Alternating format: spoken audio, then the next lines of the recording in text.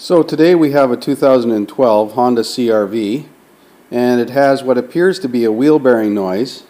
Really hard to tell exactly where it's coming from driving the vehicle. I installed chassis ears, these Stellman Chassis Ears, which are individual microphones at all four wheels, one on the lower ball joint on each side and one on a brake caliper bolt at the back on each side, and drove it, and I couldn't isolate it to one specific side. Then it dawned on me this has a support bearing on the right front CV shaft, so I put the chassis ears on that support bearing, and the noise seems to be coming from that support bearing. So we're going to replace that bearing today.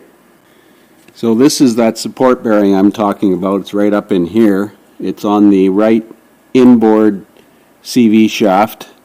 So to get it out, we have to remove the outer CV shaft and then unbolt the support bearing retainer from the block, and it should just pull out. I had clamped one of those chassis ears to the lower ball joint bolt on either side here and at the back. I'll show you what that chassis ear kit looks like.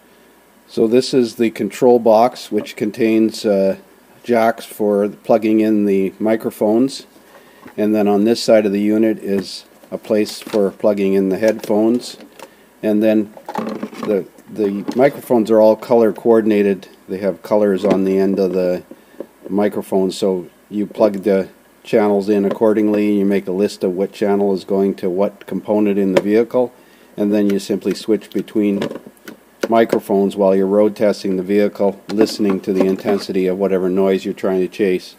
As I said, when I put the microphone on the wheel bearings or near the wheel bearings, they all sounded fairly quiet, yet you could hear this high-pitched hum in the vehicle that wasn't necessarily load sensitive switching lanes. So I put it on the support bearing hanger and took it down the highway, shut the engine off, put the vehicle in neutral and shut the engine off so I wouldn't get engine noises, and I could still hear the hum from that bearing. So I believe I have the new bearing in stock now, and we're going to pull that axle out and have a look at it.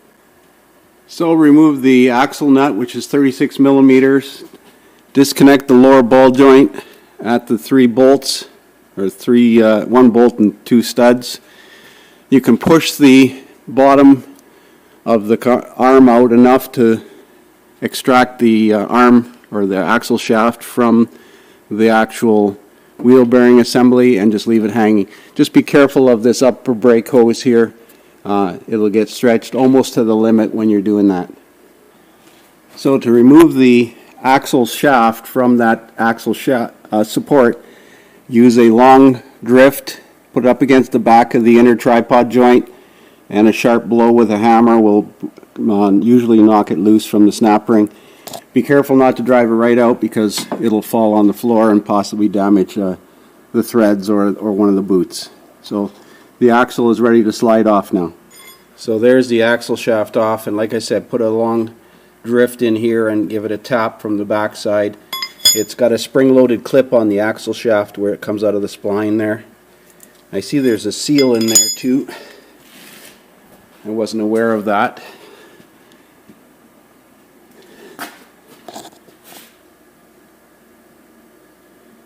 Well, now we have to unbolt that support bearing from the block, and then it should just slide out of the transaxle. It'll probably lose a little bit of transmission fluid when that comes out.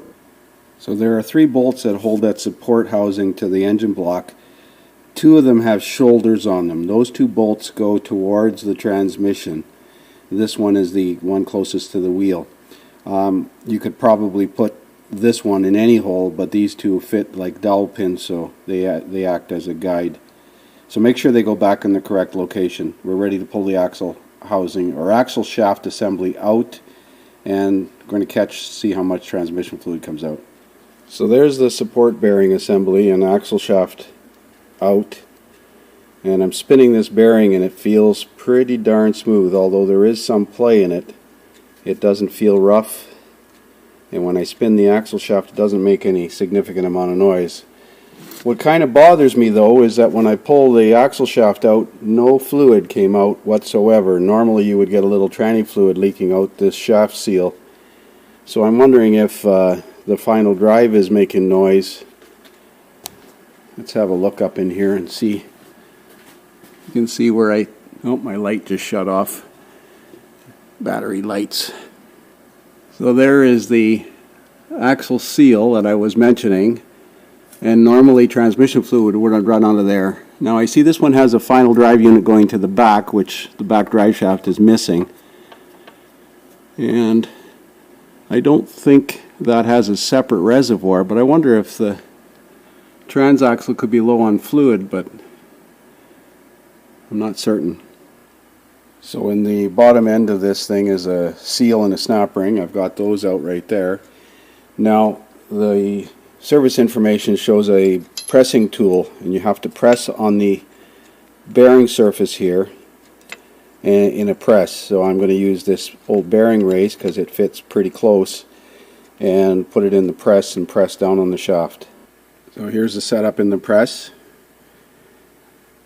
I'm going to push that bearing out. There is a rubber ring around. So we'll try pressing that out now. I'm going to hold the shaft down here and operate the press.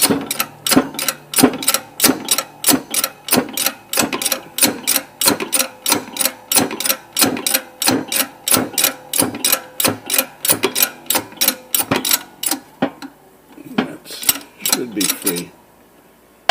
Looks good. Let's take this out of here. There we go. So once you get that out, then you can take the snap ring out and press the bearing out the other way. So there's the original bearing. It actually doesn't feel bad. It's a double sealed bearing. I got it from Honda directly. Sorry I damaged the packaging. Can't see the number. Press the new bearing into the race there, but that play is on the, there's like a rubber mount here, which is normal. So it's ready to go back in, but I'm really skeptical that there isn't something else wrong inside this final drive assembly up here. I'm going to see what the procedure is to check the fluid level in there. So all the information I can find doesn't mention anything about a separate fluid chamber in this transfer case or final drive unit. But normally when you pull an axle shaft out, you'll get transmission fluid running out of it. I had checked the transmission fluid the other day because there was a transmission concern, or is a transmission concern. So I'm starting to lean towards the final drive bearings inside here might be making noise, because honestly this bearing I just replaced in that stub shaft feels smooth. I didn't dissect it, but we're going to put it back in and see if it made any difference with the noise. So there's the axle shaft back in. These nuts and cap screw that hold the lower ball joint are 38 foot-pounds, and this outer axle nut is 242 foot-pounds, but please check the specs, verify yours is the same. We're going to double check the transmission fluid level, but I'm certain it was full the other day when I checked it. We're going to put the summer tires on this thing and go for a road test. I'm also going to put a microphone on the transfer case, clamp it on the transfer case here. You can see that the rear drive shaft is missing on this because it's failed, so they've simply taken it off. So it's not an all-wheel drive anymore. So I couldn't run it on the hoist because the traction control would go mental on me as soon as the front wheel spun without the rear. And I couldn't disable traction control for some reason. It wouldn't allow it. Nevertheless, I'm going to put a microphone on this transfer case and listen to the bearing, if there's any bearing noise in the bottom of the transmission. The fluid in the transmission was recently changed, so it doesn't look bad. Now mind you, I didn't drain the fluid out of the transmission to see if there was any signs of metal debris in it. That might be a good idea. So I've installed the chassis ear microphone on that lower bolt on the transfer case and routed the wire so that I can go inside the cab here, and we're going to take it for a road test and listen to whether that noise is coming from the final drive or the back of the transmission. There is a transmission concern with this thing, like a shudder in third gear.